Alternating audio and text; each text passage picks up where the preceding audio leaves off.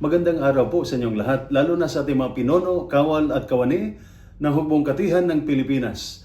Ako po si Father Dion ng Post-Catholic Chaplain ng Headquarters and Headquarters Support Group, Philippine Army.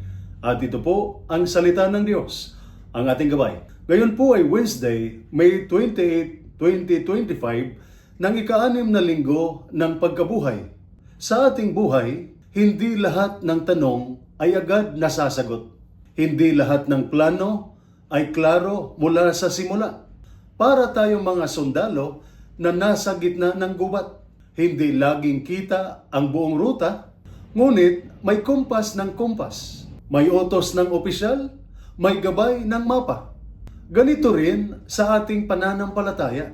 Sinabi ni Jesus, "Marami pa akong sasabihin sa inyo, ngunit hindi pa ninyo kayang tanggapin ngayon. Ngunit kapag dumating na ang Espiritu ng katotohanan, gagabayan niya kayo sa buong katotohanan."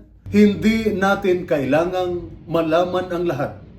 Ang mahalaga ay bukas tayo sa paggabay ng Espiritu Santo na siyang nagtuturo, nagpapalinaw at nagtutuwid sa ating landas. Kung minsan, masyado nating ini-stress ang sarili sa paghahanap ng agarang sagot. Ngunit ang sinasabi ng Diyos, "Anak, unti-unti lang. Ako ang bahala.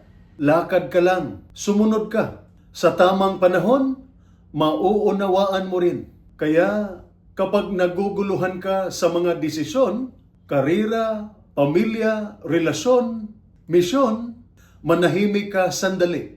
Magdasal, makinig. Hindi kailangang magmamadali.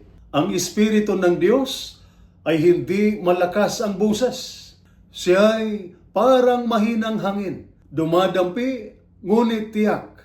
Gagabayan ka niya kung saan ligtas, kung saan tama, kung saan may kapayapaan. Ito po ang salita ng Diyos, ang ating gabay. Manalangin tayo. Panginoon, sa gitna ng kalituhan at tanong sa buhay, turuan mo akong magtiwala sa iyo. Hindi ko kailangang malaman ang lahat ng sagot. Basta't kasama ko ang Espiritu mong banal. Alam kong hindi ako mawawala. Amen.